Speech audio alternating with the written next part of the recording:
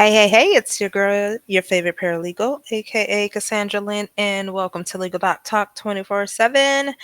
All right, so this update is in regards to the Tory Lanez appeal and his habeas corpus. So the court did end up filing a informal response in regards to his writ of habeas corpus. Um, if you're not aware and you just came from up under a rock, there's two things that is going on in Tory Lane's case. The first thing that's going on is that he actually appealed the outcome of the lower court between him and Megan. And you guys know that he was charged and convicted, and he is now serving a sentence in California. In the same breath, he has since then filed an appeal for that. And an appeal pretty much allows a higher court to review the decision of the lower court and see if there was any error in the trial court as far as the ruling goes.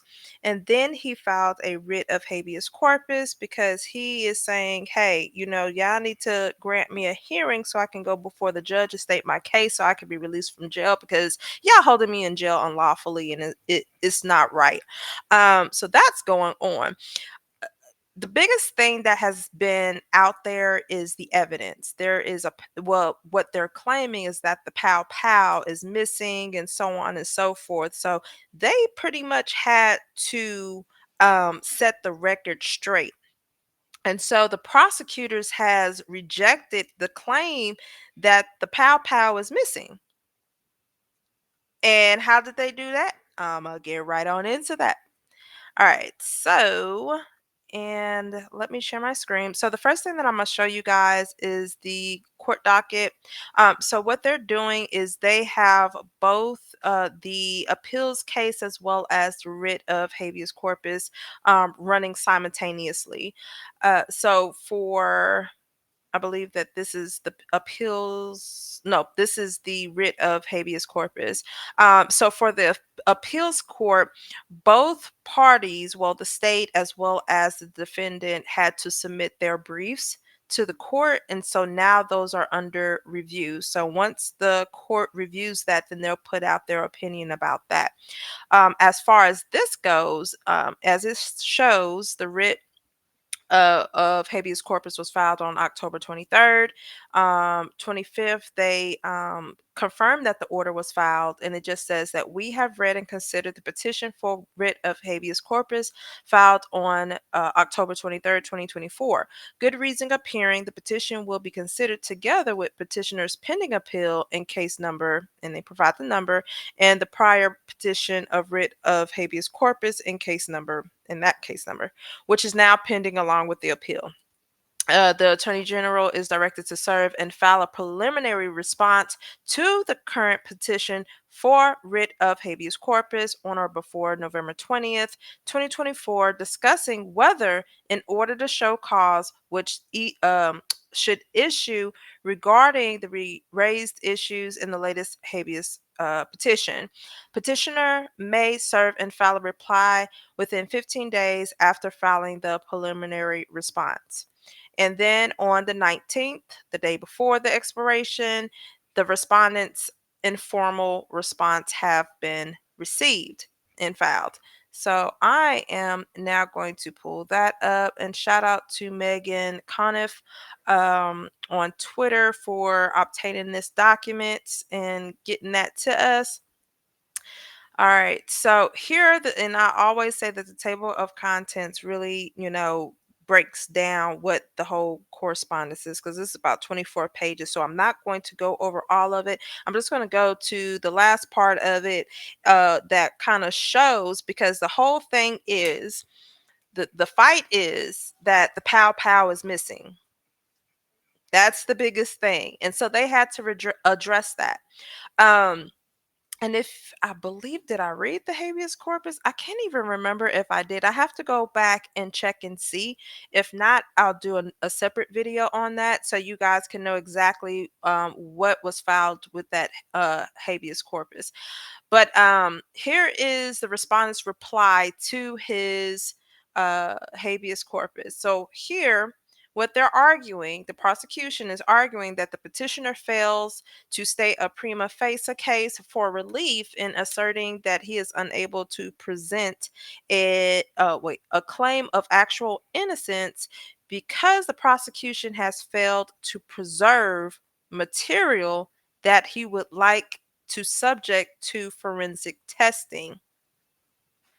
So what I'm sorry if y'all hear my kids, I'm so sorry. So what first of all, a prima facie case is a legal term that refers to a claim that has enough evidence to proceed to trial or judgment. Um, so that's the first thing. Uh, he is just trying to say that there is no pow pow. So why do y'all have us, or the pow pow has been, lost. They don't know where it's at. So oh my god, my cat is so loud on his cage. I'm so sorry. The pow pow is lost, so you don't have evidence. And if y'all did have the pow pow, then y'all can actually use that, do forensic testing, and it'll show you blase blase blase. And that's what he is banking on in order to get out of jail. So petitioner has not stated a prima facie case because he has failed to provide reasonably available documentary evidence to support any of his factual assertions. Petition has not stated a prima facie case because he's filing a habeas petition does not entitle him to discovery, and because any request for DNA testing must be made in a superior court. Second point is that the petitioner fails to state a prima facie case for relief in asserting that the prosecution violated Youngblood by failing to preserve material that he would like to test for DNA. And the points that they raised was that the destruction of potentially useful evidence does not violate due process unless done in bad faith. And then the second point they stated was that petitioner has not stated a prima facie case because he fails to provide reasonable available documentary evidence and because he fails to allege facts that could establish bad faith. All right, so now I'm just going to hop down to the conclusion. Here are all the cases that they ended up citing in this. And let's go. Oh, you know what? Should I do this? I'm going to read the introduction. Let's do that. So, in 2023, a jury found petitioner guilty of assault with a semi automatic firearm and two other offenses based on evidence that he pow powed Megan Pete. Seeking relief in this court, petitioner filed an opening brief on direct appeal and a petition for writ of habeas corpus. After a response was filed in each case, petitioner filed a second petition for writ of habeas corpus. In an order dated on October 25th, 2024, this court directed the Attorney General to serve and file points and authorities discussing whether an order to show cause should issue. And the footnote for that, that's so the footnote is basically where what we read on the court doc. So I'm not going to get into that. The new petition raises two claims premise on allegations that the prosecution failed to collect and preserve evidence that might have been useful to the defense. Specifically, petitioner asserts that the prosecution misplaced and failed to preserve the firearm as well as the shell casings and bullet fragments, which precludes him from testing those items for fingerprints and DNA material. Petitioner further asserts that after the pow pow and magazine were swapped for genetic material, all of that material was consumed during the DNA testing. Finally, petitioner asserts that the prosecution never obtained a DNA reference sample from Kelsey Harris. According to the petitioner, the failure to collect and preserve these items for additional testing deprived him of his right to pursue an actual innocence claim on habeas corpus, and that it also deprived him of his right to due process under Arizona versus Youngblood. Petitioner fails and okay, so petitioner fails to state a prima facie uh, case for relief as to either claim. Specifically, petitioner fails to provide reasonably available documentary evidence to support his factual assertions. His failure to do so is especially troubling because his factual assertion that a powpow casings and bullet fragments are missing is contradicted by the attached declaration from Martin Preciado, which avers that his query of the computer system for the Los Angeles Police Department shows that LAPD still has custody of the firearm and the firearm magazines, as well as the casings and fragments that were booked into evidence. In any event, the first claim fails to state a prima facie because the mere filing of a habeas corpus does not entitle petitioner to discovery, because any request for a post conviction DNA testing must be made in the superior court under Penal Code Section 1405, and because any additional DNA testing would not establish a claim of actual innocence in this case. Because, mind y'all, this is in the Court of Appeals. That's a higher court than the trial court, which is the superior court of whatever county this was filed in or initially tried in. The second claim fails to state a prima facie case for the same reasons and because petitioner failed to allege facts that could show the bad faith required to establish a due process violation under Youngblood. Accordingly, as set forth in detail below, the petition should be uh, summarily denied. All right, I'm not going to read the argument. I'm just going to scroll down to the let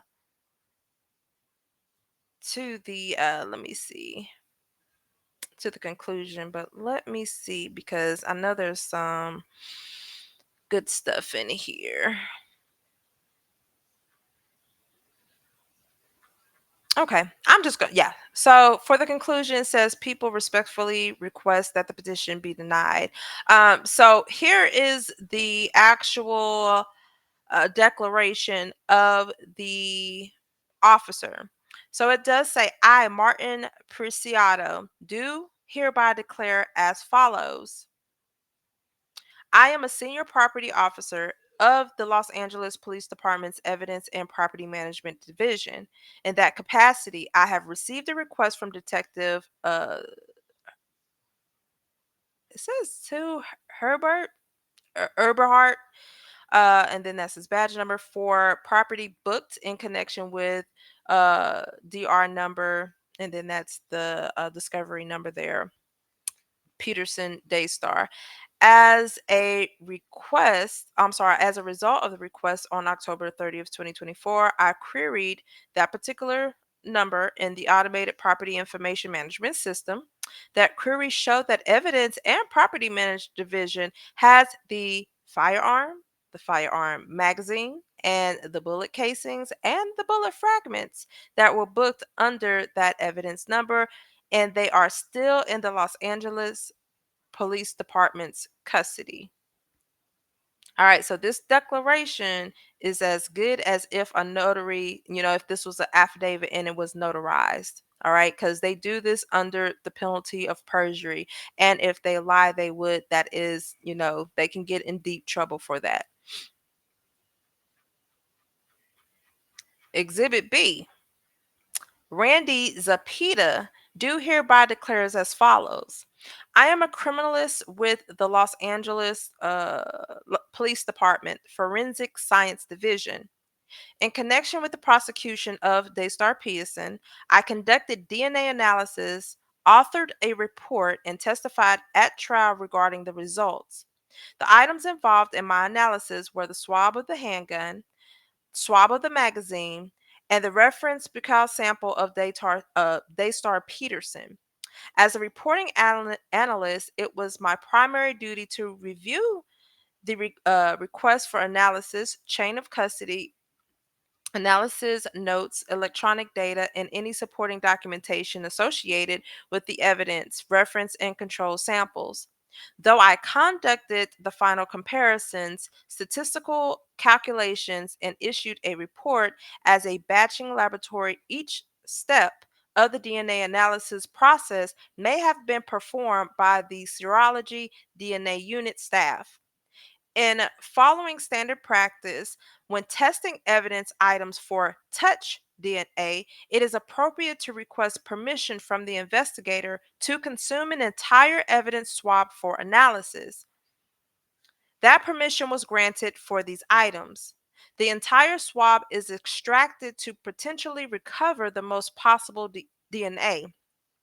The swabs of the handgun and magazine were consumed during the testing process. Though the physical swabs do not remain for possible retesting, a portion of the DNA extracts produced for both of the samples and controls remain and may be used for additional analysis. And he also declared under perjury under the laws of the state of California. So that's it. That is it. And this is just the informal response. So that's it. So all the speculation, one, the appeal has, how can I say this? A lot of people think, and I don't even know how they thought this, but I guess there was some speculation on the internet that his conviction was overturned, and that is not the case. The appeals case is still open. Both parties have filed their briefs, and the court is currently um, they're currently working on it. They're reviewing both of the briefs, and they are going to put out. And when I say they, the judge is going, or the court is going to put out their opinion in regards to both of the briefs. The second part, the writ of habeas corpus, the prosecution rejected those claims. Like, you are claiming that the powpow is missing, and without that, you can't claim your innocence. That's just in a nutshell. But that is false, because the LAPD still has the pow pow.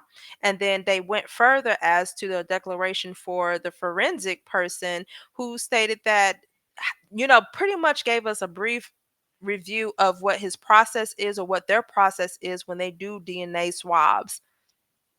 And they tested it correctly, and they found Daystar Peterson's, DNA on that weapon. Plain and simple. So this is very good. It's going to be interesting. So that, for the habeas corpus, that's one thing. So they rejected that claim. I don't see that going any further. What we have to pay attention to is this appeal in regards to what they are going to do with that. So I will definitely keep up with the docket, and I will update you guys accordingly.